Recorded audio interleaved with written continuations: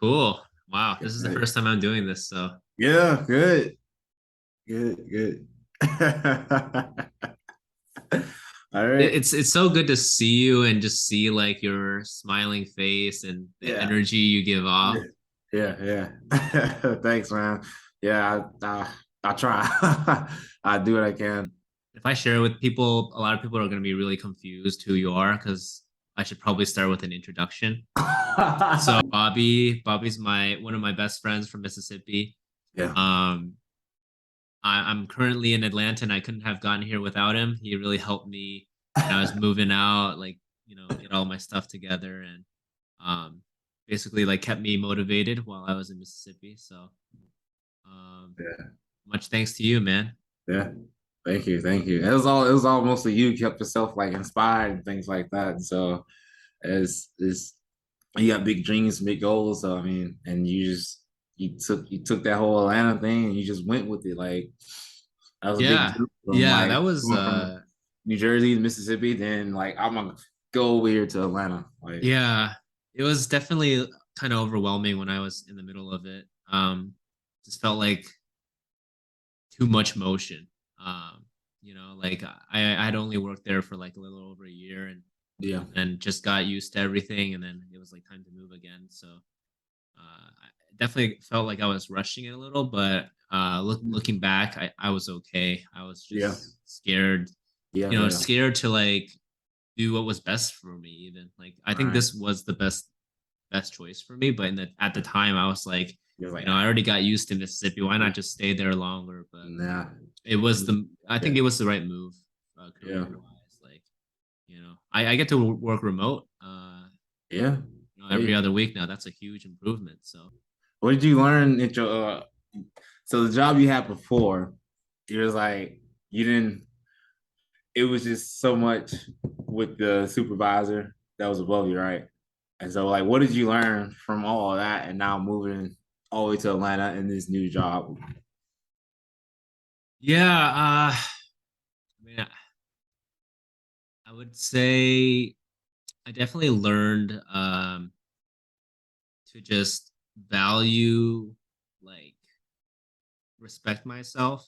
Like, Mm-hmm. like that environment wasn't good for me to like learn and grow. That there was some like political stuff going on, and Yeah, that wasn't like the actual job, So and I knew that at the time, but I wasn't like I guess I wasn't brave enough to stand up for myself.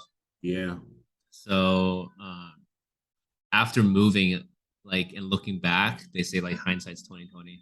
yeah. I'm just like, dang, like over 70% of that stuff I was dealing with wasn't the job. It was like Right. this, personal dealing with a personality, Yeah, dealing with hierarchy, someone up, above me in the hierarchy, kind of like messing with me. yeah, And, yeah, in his little like microcosm, he has the power there, but there's a bigger world than that. And it was yeah, time to go. So yeah. So I guess I learned like right now life's good and it's a good culture, it's a good company, but if things got to be that bad again, like mm-hmm. now I know it's, like I respect myself enough to leave.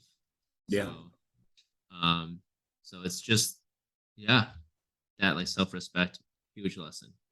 Self-respect. Yeah. I mean, that's a tough one because like you because I knew you were like saying like golly, it was just him, and then I was like that whole situation that was going on. Then he had his own personal issues, and he was just like taking it out on him. It was like basically how his world was on the inside is how he was just putting it out and putting out on everybody else and things like that. And so Yeah. that was like that right there, and like you knew all that and things like that, and you did a good job. Like you did like have that self-respect in the end because you made that decision to go elsewhere because like you didn't even have to put up with all that. So that was like good on you, man. Thanks, man. Yeah, it Yeah. was definitely hard, but you were also like cheering me on, and I had my family and my friends cheering me on, so Yeah. it was like a team effort. But Yeah. Yeah. Yeah. yeah, yeah, I'm definitely blessed to just be in a better place and trying to Yeah. make the most of it. So Yeah. um, I do remember when I was like hanging with you Yeah. last night of my time in Mississippi. Yeah. Um, you had your whole apartment looking like a cave, and you just had like the candle lights, Yeah. and I remember like we were talking about some content creators that we were following at the time. Um, you were telling me about you got that from Huberman, right? The Yeah. Yeah, so like yeah, yeah, I didn't know anything about Andrew Huberman at the time, and Yeah. you were just telling me like the angle of light Yeah. is really important, and you were um, making me aware of like this this whole process that I could do every night to Yeah. wind down before bed, and it's like earning that um, sense of sleepiness every night. It's like it's almost like a workout of its own, Yeah. and I never really understood that until I saw you like living it out, And I was like, Yeah. dang, this is how this guy has so much energy in the mornings. Like he's working at that like deep restful sleep like hours in advance, and that's like fun for him. That's like Yeah. like he's kind of figured out how to hack his own body to like have more energy. Yeah. Um, so yeah, like that was really eye opening for me, Yeah. um, and I remember like I was sharing with you too like one of the books I was reading um, about being limited. Yeah. Um, I remember like when I was in Mississippi, I was like very restless. I was Mhm. always like agitated, like trying to get somewhere or make something Yeah. of myself. And so I Mhm. had like all these different ideas. Like I would project, really, really far down the line. Like, if I put 5, 10 years into, let's say, like screenwriting or something, I could Mhm. create like a film. Yeah. But right now I have zero experience in cinema, right? Right. But I just have these like lofty goals, and it's like Yeah. the idea is so interesting, but Yeah. um, but that's just one idea, and then I have like fitness, and then I have Yeah. like finance and all these other things that Yeah. lofty ideas that I want to pursue. And what ended up happening was at the end of the day, I would just dream up all these things and kind of Mhm. like burn out my energy just dreaming. And in reality, the stuff that I was doing to pursue those things, like there wasn't enough action day Right. after day, Yeah. so I wasn't getting any closer to those goals. And Yeah. and this idea that I mentioned to you was from this book. What was it? Yeah, I remember you were saying something about like we make ourselves feel busy, but we're not actually really getting anything done type of thing, right? Yeah, Yeah. the book was called 4,000 Weeks: Yeah. Time Management for Mortals by Oliver Burkeman. And basically that book, one of the big ideas of it was like if you're doing something, it's not possible for you to be doing anything else. So if Hmm. I'm working, it's very difficult for me to like simultaneously be doing something else. But Yeah. like we see all these, successful people on Yeah. social media, and it seems like they're doing like three different projects like all at once. But um, Yeah. like trying to imitate that story in Yeah. in reality, it wasn't getting me anywhere. Like I was Right. spread too thin, and I wasn't Yeah. making progress in anything. Yeah. But then when I realized that like when I'm doing something, I have to like just be there and Hmm. just be Yeah. in the limitation. Yep. Um, it kind of made me. I was so sick of that limitation that like that one thing that I was doing, if I was doing it like at one time speed before, I Yeah. was I was now doing it 1.5 times speed. I was becoming more Yeah. efficient because I realized this is all I am. I'm this one task, Right. and I want more. So then I was like becoming more efficient in that one Yeah. task. And before, when I wanted to be like three different tasks, I was probably doing that one task like 0.25, like Yeah. a fourth of my capability. So like That's where like you that's where like habits come in at, and the thing of like learning how to learn and learning like understanding that, and then like so far from what I gathered from like reading a little bit more books, and then studying and practicing, and then like watching more successful people and hearing the tips and advice they have and things like that, and from the books and all that stuff. So far, what I gathered, and I have it written right here on the board, I got on the wall.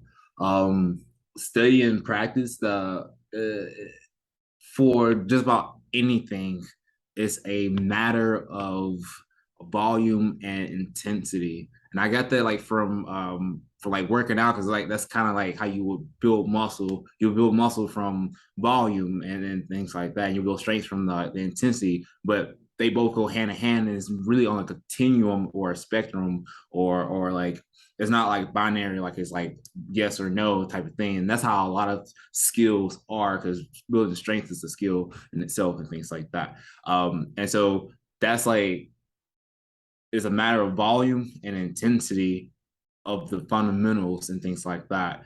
And so like once you get the fundamentals down and like know the fundamentals of anything, from there it's a matter of like understanding it and then practicing it at the same time and things like that while going through it. And so like once you get the practice down to where it's like habit, and you get the understanding into that, then you can like now you can go into something else or build on top of that skill. And like what you were talking about, and that's something I recently learned too, is like you start you start with one skill, and then you use that one skill to like kind of branch out, or you create like your own multiverse type of thing, and whatnot. So like for example, if you take the skill of leadership or something like that, and then that leadership skill can like branch into multiple different things. You can do so many different things. Like let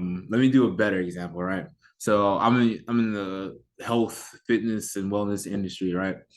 And so to be in the industry, you if you want to be in the industry and thrive and make a living off of it or make a fortune, you really got to get good at you got to get good at a few things. Sales is like number one of them, and then the second thing is the technical aspect of it. If you really like want to get good and help people and things like that, because once you get like really good and like understand how to help people be better or get the stuff that they want, then like that's essentially the product or the service you're offering. And so that can be like tremendously better. And you and inadvertently, probably unknowingly sometimes, until you like actually study sales and things like that and learn what it takes to make a like an actual sale, you get so good, and you just focus on getting good and getting good, getting good, getting good, and getting better and better and better and better, and getting great and greater and greater.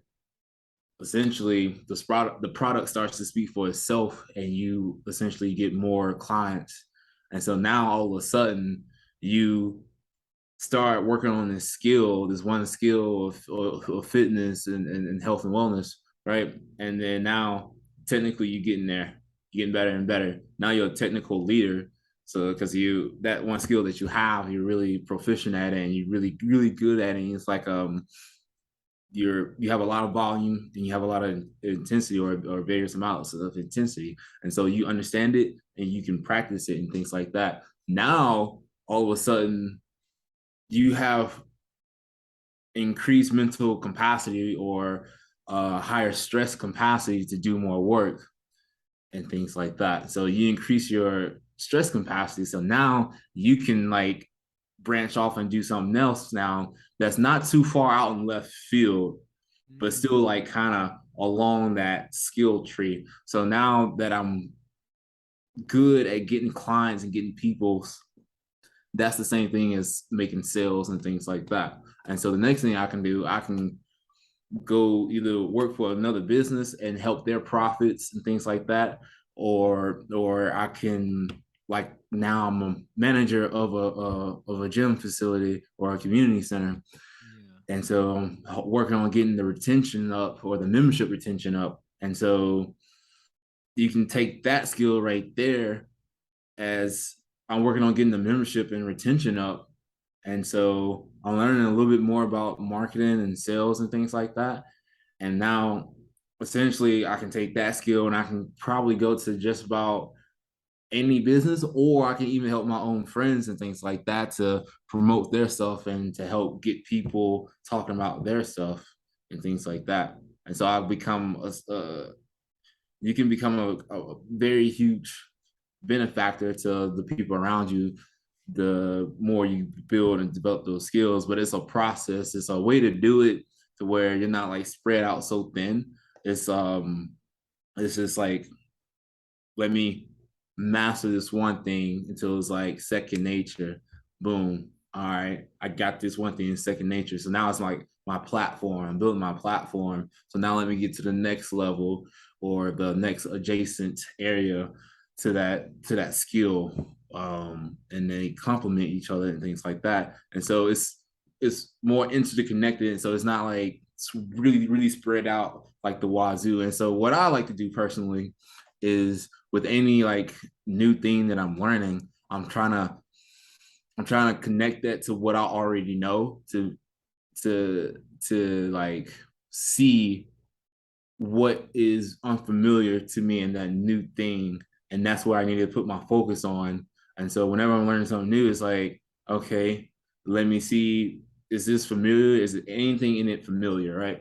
And the second thing is, what's the fundamentals of this new thing? Is the fundamentals drastically different from what I already know?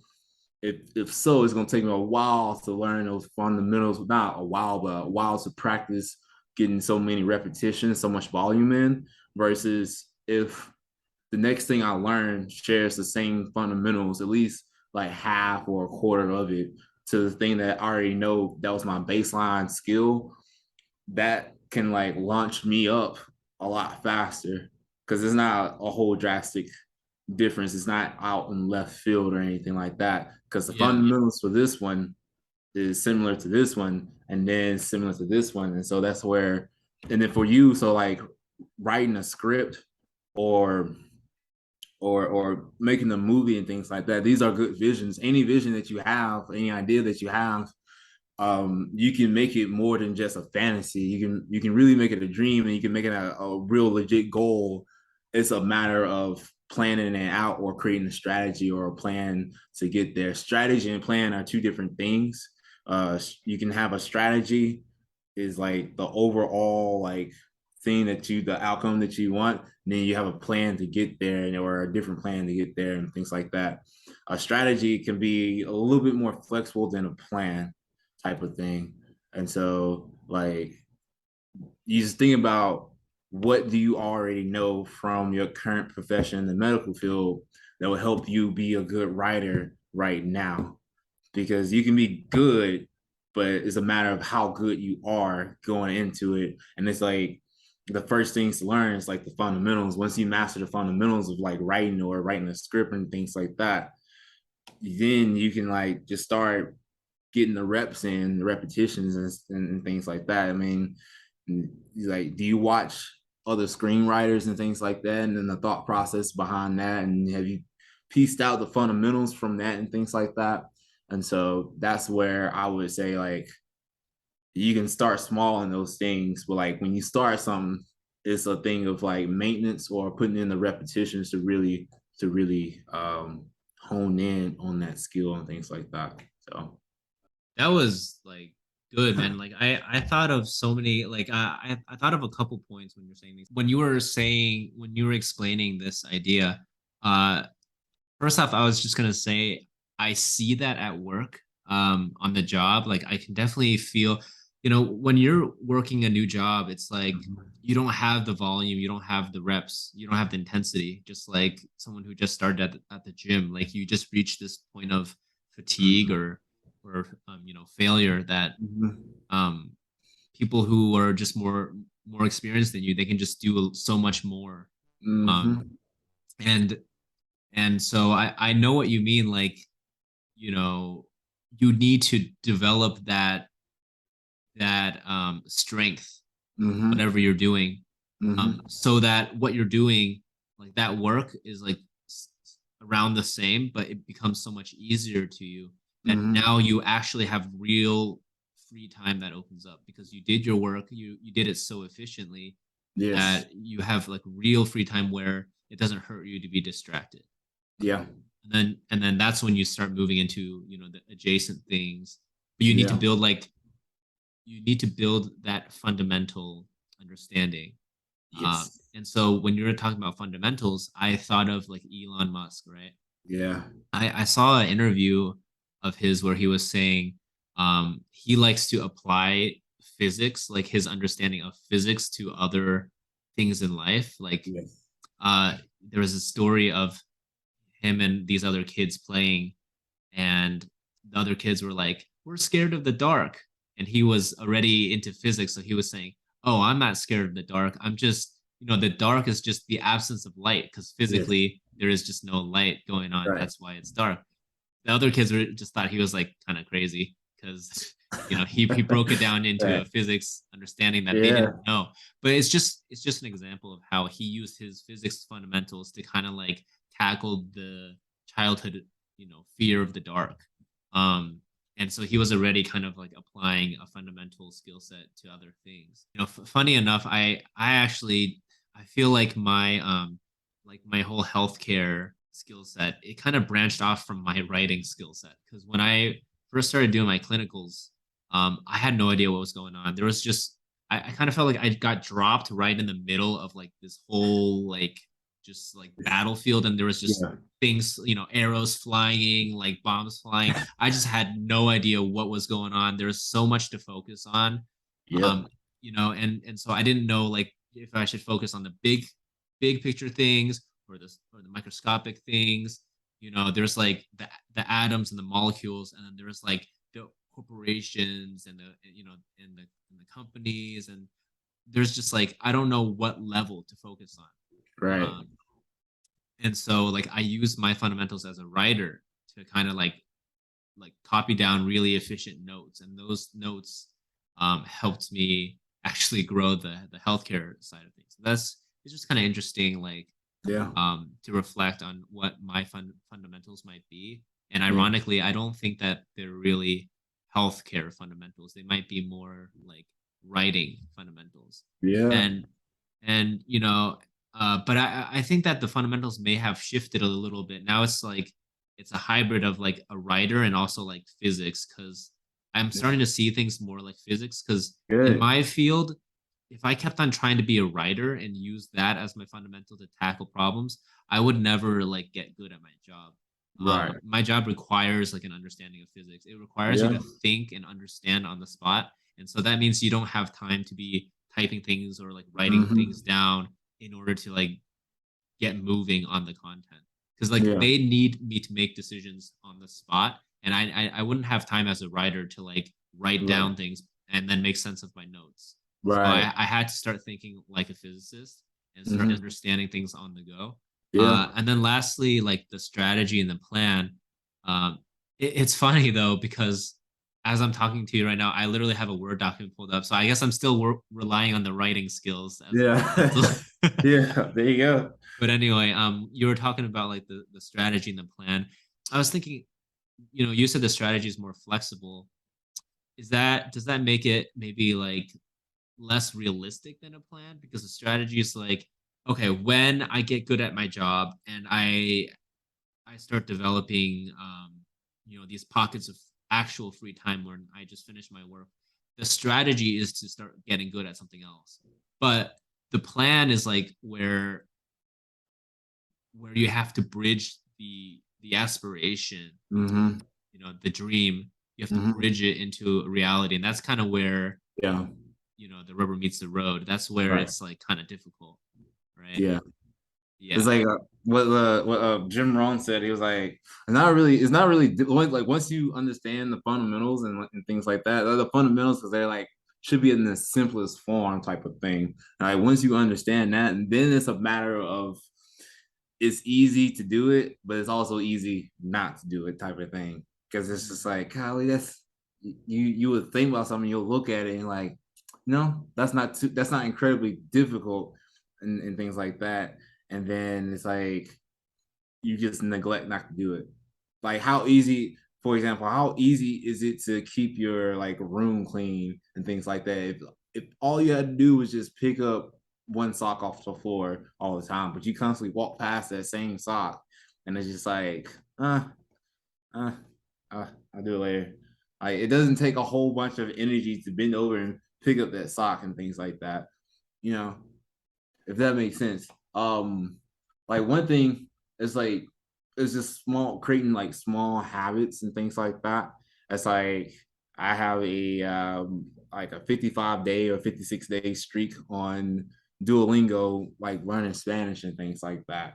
And so I'm just getting putting the reps in and things like that, and I'm putting the understanding behind it when like when I wanted to put the understanding behind it. Cause like sometimes I just wake up in the morning, I'm just like boom, boom, boom, boom.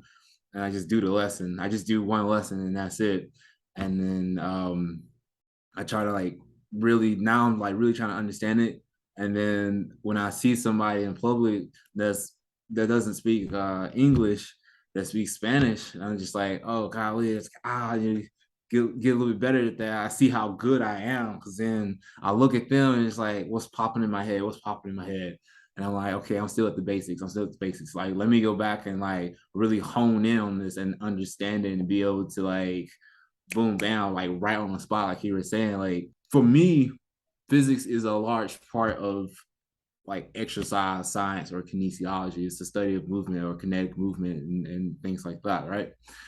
Not just kinetic movement, but movement in general. So it's like you got to be able to like look at people. You don't necessarily always have to do an assessment, but you should be able to assess things as they go on and things like that. When you see people moving and doing like a squat or something like that, is that right knee caving in or something like that? Well, where's the forces being applied if they hold the weight in the front side of the body versus on the back, things like that. Um, it's just being able to see it and like understand physics and how to put together a good workout and how to and where to apply the weight and knowing, okay, if I'm doing hip thrusts, I need to have the weight on top of my pelvis right there because that's where most gravity is coming down, is like a perpendicular type of force and it's directly loading that muscle and things like that versus having the weight in a different spot where it's like it's not really doing anything for the glutes all that much. And then on top of that, you have an understanding of the equipment itself, like a dumbbell, right? A dumbbell, the weight is distributed evenly on both sides, right? Mm-hmm. Kettlebell, the weight is all down below, right? And you got a handle and you're holding it. And so whenever you do movements with the kettlebell, it's going to be a little bit different than the dumbbell just because all the weight is down. The center of mass is in one spot versus in two spots, you know. Mm-hmm. Um, and it's just different things like that. Like you get into the details, that's where you start to get like real expert or real advanced level and things like that. And Yeah. that's like in my opinion, I think that's what really separates like people at, at, at their profession or at what they do and things like that. Because anybody can like hold a profession, like anybody can have the job that you have right now, but it's like how good are they type of things. Like they saw the fundamentals and then they just did it right there. They may understand it a little bit, but not as good as they probably could if they put in a little bit more reps to see the patterns. But that's the whole point of like putting in the reps, not the only point, but one of the points of putting in more repetitions or just practicing more is so that way you can start to recognize the patterns and then you can like recognize the patterns so much that you're able to create different scenarios or create different things because you've seen the patterns like so much in this way and you probably adjusted it a little bit and played around with it at that point and that's where you start to be able to like, okay, I'm good here and I can have it now, but I'm at the point where now I can probably create something because I understand it a little bit. I'm like, oh snap, it works like that. Like what's a good example? Like I watched this guy knees over toes guy, right? He's like he's really good at like saying, like when we squat, it's like our hips are going down and our knees are coming to our chest is going to our knees. But when we stand up and we lift our knees to our chest, you're still doing like a type of squat motion, but you're doing the opposite of it, right? Mm. I think another example would be like putting together a workout. It's like right now, like when I'm super, super tired, it's getting like to the point where I'm recognizing like how intuitive it is. And I'm pushing myself to like make a new workout this time for the group exercise class. I'm putting it together and like it's 60 minutes. So you give yourself those limits, those if you when you give yourself those guidelines or that box to create within, it makes your creations like it makes it like a lot easier for you to create. It's still gonna be some like muscle work at it until you start to get in the flow to it. But once you have like the guidelines or your bounds, then you can like really fill that whole box up type of thing versus trying to think outside the box. Let's fill up the box and things like that.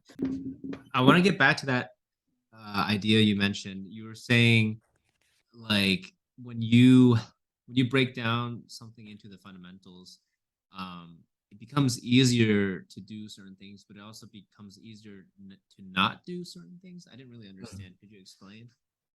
Yeah, How could understanding the fundamentals more make it easier to not do certain right, because you get to that point where it's like a thing of neglect and complacency type of thing where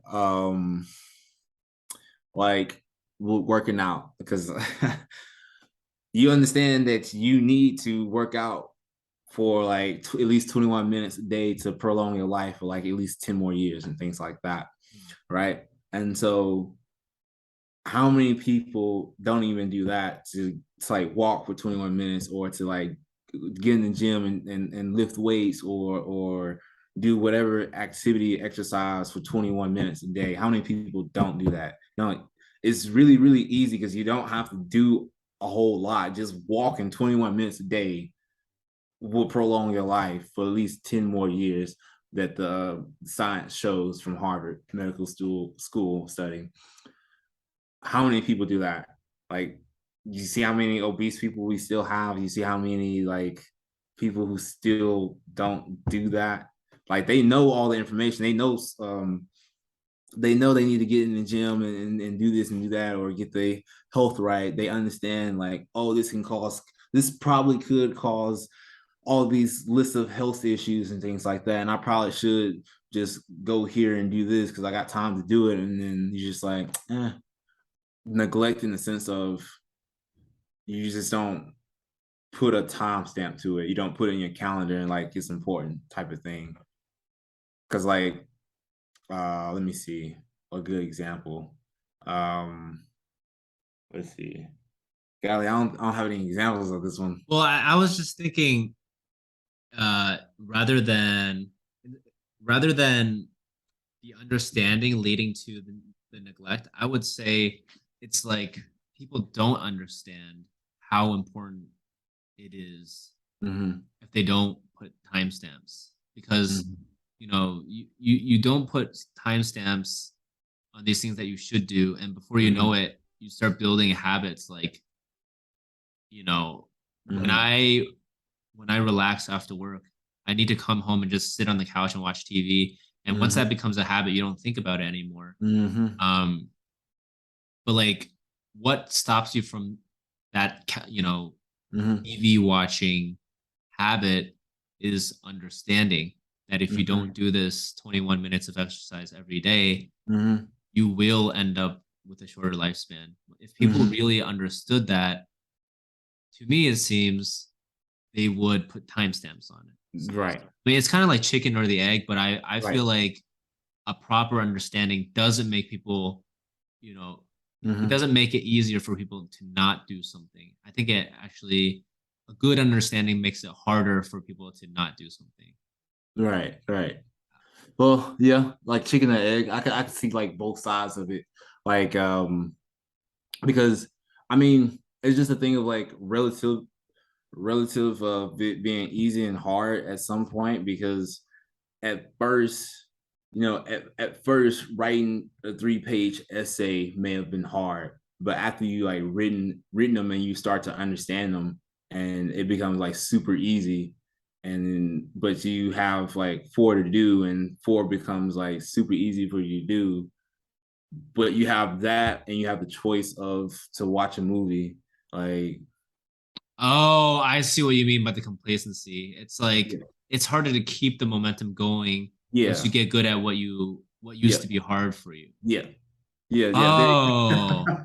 yeah, Oh shoot, yeah. I was not even thinking that. Wow. No, That was yeah, like so obvious too. Like looking back, that was so obvious, but yeah. like I was not Yeah. interpreting it that way. No, like, dude, like it's like the most perplexed things is like usually the obvious things because like majority when I'm learning, when I'm seeing, I don't know, I'm just like looking for it now. But Yeah. like a lot of answers to complex problems is very a lot of them are very obvious. Like Yeah. a lot of them are like very, very like obvious and things like that. But it's like what plays into like that whole it's easy to do and easy not to do is like a thing of I think a thing of like pain and it feeling good. So like watching a movie feels good. Writing those essays, although I may have gotten stronger with it, at first it was like really, really painful and it's still a little bit painful. It was more painful than watching a movie type of thing. Because watching a movie, I don't have to really like put so much effort into watching a movie all the time, unless you like me and like you trying to like watch it and like analyze it and then like you get really into details and things like that. I mean, Yeah. but that's a whole nother story. But like no, like that's I think because I just really I recently got this certification or specialty certification, behavior change specialist. And so one of the things in that certification was like you can create, it doesn't take 21 days to make a habit. That's a myth from what the science, I think he's from Stanford, BJ Fox, yeah, Dr. BJ Fox. He's like, what makes a really habit, what how easy it is to make habits or to like practice the simple thing or to practice is to make it simple and then to have a trigger to do the simple thing. And then once you do that, make sure it feels good or you celebrate it in a small way or you feel you put a good emotion behind it and things like that. And then you realize that you won't need a whole lot of motivation to keep going or a whole lot of motivation to start.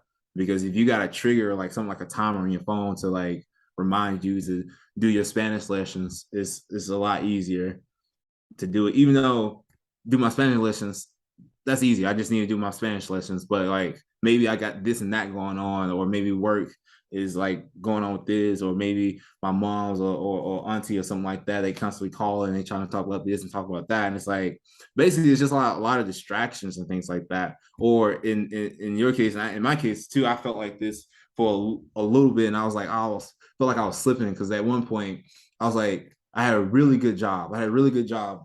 Everything was like all my basic needs were like taken care of, and almost it was like kind of crazy that I was like trying to think through this. I was like, dang, do I really need to like strive for these higher goals when like all my basic needs are taken care of and I don't have a little bit more money? And so I was like, I was wealthy in the sense that my income to expense ratio was like really good.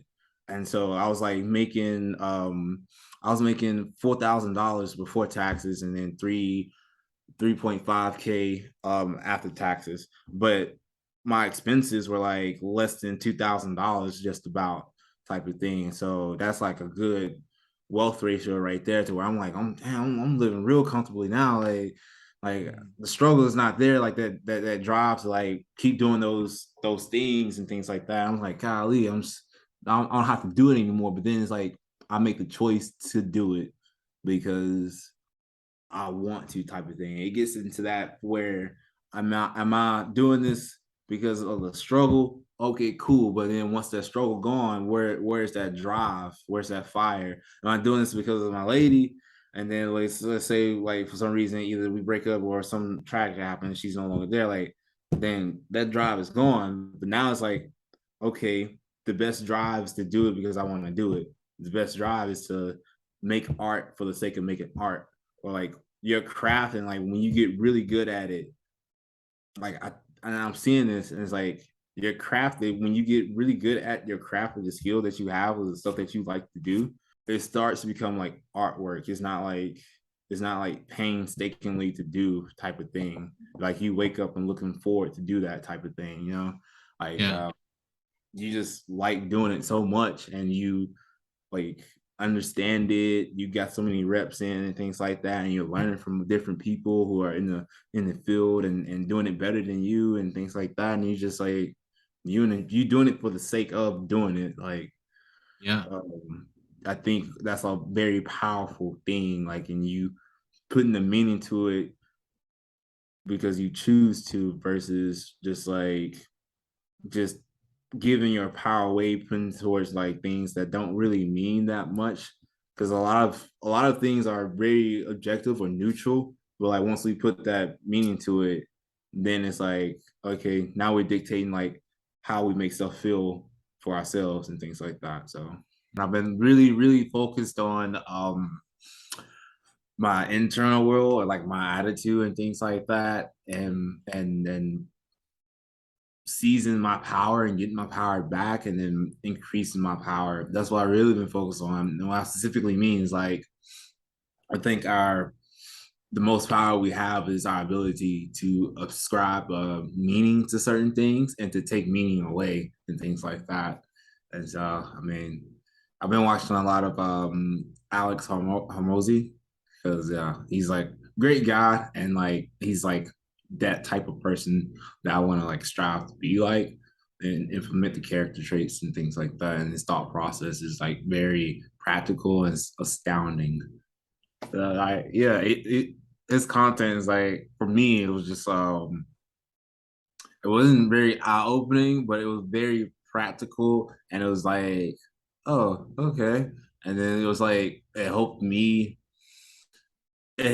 like accept myself, though, like because I wanted to, and I just been looking for something to help me do that and things like that. So Gotcha. yeah, Gotcha. Mm.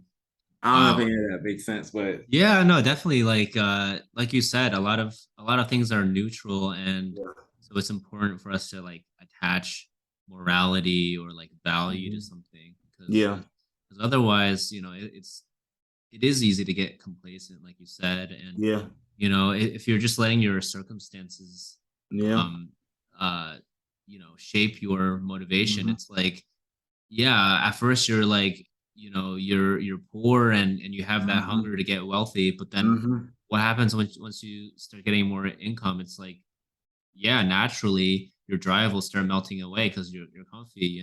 yeah, You bought everything you needed, and you still have this cash left over. What else do you need? But if you're motivated, by, let's say, you just attach a value to, like, not only do I want to have enough for myself, but I want to have like enough to give back to society, or like hmm really change the world in a meaningful way. Like, if I have enough money to help my loved ones, if hmm disaster ever comes, or I can like afford medical bills, or if I lose the job, like, we have enough money to cruise along for a couple of months until I find a new job or something. Like, that's hmm you know that'll keep you going when yeah, even when your circumstances are comfortable. yes, um yes, yeah, so I mean, whatever it is, I think it's really important for people to attach like a value to yeah, something, so that we can stay motivated and productive beyond just our circumstances. yeah, But yeah, man, that's some really good stuff right there. Thanks for sharing.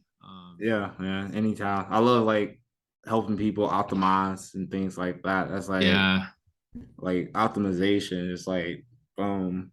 And yeah, so I I know. get a lot of that in the fitness and health and wellness realm and things like that. And then the leadership aspect of it like kind of comes in, and then the business side of it comes into it too. So it's like all encompassing type of thing. I love it. I enjoy it and learning about it and things like that, and helping people like that.